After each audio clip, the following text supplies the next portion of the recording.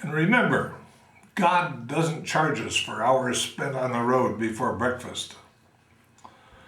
I put 650 miles on my pickup this weekend, driving to and from the family farm, 3 miles from Little Traverse Bay on Lake Michigan. I was alone both ways, and the weather was gorgeous, thus ventilating the mind and unrolling a series of images and notions and memories. My 2003 Chevy Silverado heavy-duty 4x4 pickup only has about 12,000 miles on it. It has a nice paint job and a lovely Borla catback exhaust system that emits exactly the sound you imagined when Daddy Warbucks was waiting on the secret dock for Punjab and the Asp to bring the stealth speedboat downriver to pick him up. Its sticker price was 33,000 grickles in 2003, but the out-of-pocket was nicely defrayed by my Chevrolet Suburban 4x4 diesel trade-in. Nonetheless, when some dealer tells me that my $33,000 pickup is now worth $13,000, I start looking for other ways to solve the problem of poor pickup fuel economy combined with astonishingly high prices for gasoline. I thought about trading it for a Chevy HHR SS, which seemed like a pretty good compromise for a gent of a certain age who likes to drive enthusiastically and often, hauling luggage and dogs and stuff, but the dealer's representative stopped me cold with his low-ball offer for my very handsome low-mileage truck. Next thought. Why not find somebody who does really good work with compressed natural gas, CNG installations, and convert my truck from gasoline to CNG? Pickups are ideal for this conversion because they have lots of space in their cargo beds for the CNG tank and related hardware, and all I've ever hauled back there is birdseed, deer feed, dog food, and dead critters on their way to the meat packer. This will require some research, and if there are any of you out there who have experience with CNG and pickups, please mail me at ddavis@windingroad.com. Driving alone always makes me think about my 40-year friendship with Brock Yates and what an ideal companion he is on long-distance drives. Yates is one of the most agile and adept conversationalists I have ever known, able to salt and exchange about the future of the automobile industry with references to Judge Crater, the ultimate fecklessness of the French in World War II, the high mortality rate of Bell P-39 Air Cobra fighter aircraft around upstate New York in the early years of that war. He claimed that the woods were full of 20-foot-long coaxial propeller shafts standing vertically among the trees, and Tazio Nuvolari's experiences in and around the 1936 Vanderbilt Cup race. The man is what the sports writers call a phenom.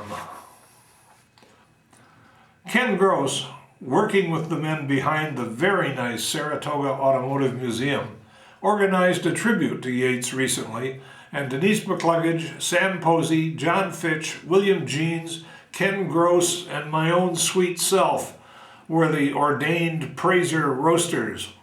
Dan Gurney was supposed to attend but couldn't make it, which was only fair, because Yates was supposed to help me present Dan for membership in the Automotive Hall of Fame earlier this year, and Yates was nowhere to be found on the appointed night. I sat between William Jeans and John Fitch, which is a pretty nice neighborhood. At one point during the dinner, John Fitch, now a widower, paid my absent wife one of the nicest compliments she's ever had. He said, "You are the only one of my friends who has the same kind of relationship with his wife that I had with my Elizabeth. She's a great friend, and you have involved her completely in all the aspects of your life. Wherever I go, whenever I mention her name, people's faces light up." John Fitch was a P-51 pilot in World War II, and was one of the first, if not the first, to shoot down one of Germany's astonishing Me-262 jet fighters. He also managed to shoot himself down when he made several passes at a German train trying to blow the engine's boiler. As he got lower and lower, the boiler finally exploded and a large fragment of the engine struck his Mustang, causing it to crash. After a stint as a POW, he exchanged the P-51 for a series of racing cars and retired to the relative peace and quiet of a career driving for Briggs Cunningham and the Mercedes-Benz factory racing team. Anytime John Fitch even notices my presence, I come to attention. John Fitch is, like most surviving World War II heroes, well into his 90s, and he is suffering a grave injustice at the hands of the Connecticut bureaucracy. Having found a patch of contaminated land on his home property in Lime Rock, Connecticut, he reported it to the local authorities. The contaminant was fuel oil from the distant past, and now the authorities are trying to force him to spend more than $300,000 to excavate the entire property. He is a good citizen. He has committed no crimes or misdemeanors, yet his life and his home are being cruelly invaded. This is the sort of stuff I mentally thumb through when I'm alone on the road. I wish my friend John Fitch was having more fun as the days dwindle down. He deserves open-handed legal and financial assistance from the people he risked his life for in the 50s, Mercedes-Benz, and a full-throated roar of support from the nation, state, county, and town for whom he risked everything in World War II. I also wish that my friend Brock Yates could get over the dark depression that settled upon him when he was fired from Car and Driver magazine. He too should be having more fun.